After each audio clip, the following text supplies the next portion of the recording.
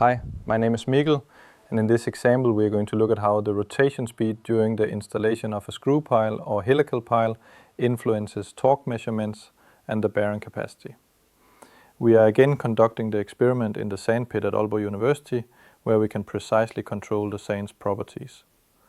In this example we keep the advancement ratio, soil profile and pile type constant to see the effect of varying the rotation speed during installation. We are again using a screw pile with a diameter of 76 mm and a T12 thread.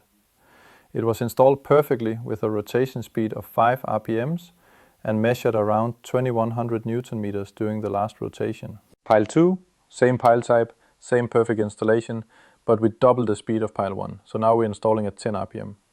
It measured a torque of around 2600 in Newton meters during the last rotation. Pile 3, same pile type, same perfect installation, but now we're installing it at 30 RPMs. It measured a torque of around 2300 Newton meters during the last rotation. And then we have pile 4, same pile, same perfect installation, but we install it at an extremely high rate of 80 RPMs. And it measured the highest torque of around 3800 Newton meters during the last rotation. Looking at these torque readings, some might think that the higher the torque, the greater the bearing capacity. This is unfortunately only a half-truth. A higher torque only indicates a higher bearing capacity if the installation energy is the same. Installation energy is made up of three main factors: torque, advancement ratio and rotation speed, all acting together while the pile is installed in the same soil profile and with the same pile geometry.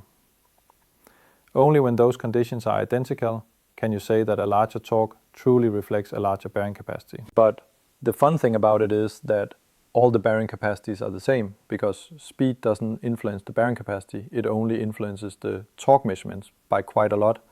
So this is unfortunately a hidden potential error of the installation, because if you don't measure the rotation speed during the installation and solely rely on torque, then you can be skewed in the wrong direction by thinking this pile has a very good bearing capacity because it has a high torque reading, but in reality it was just that the installer installed it really quickly.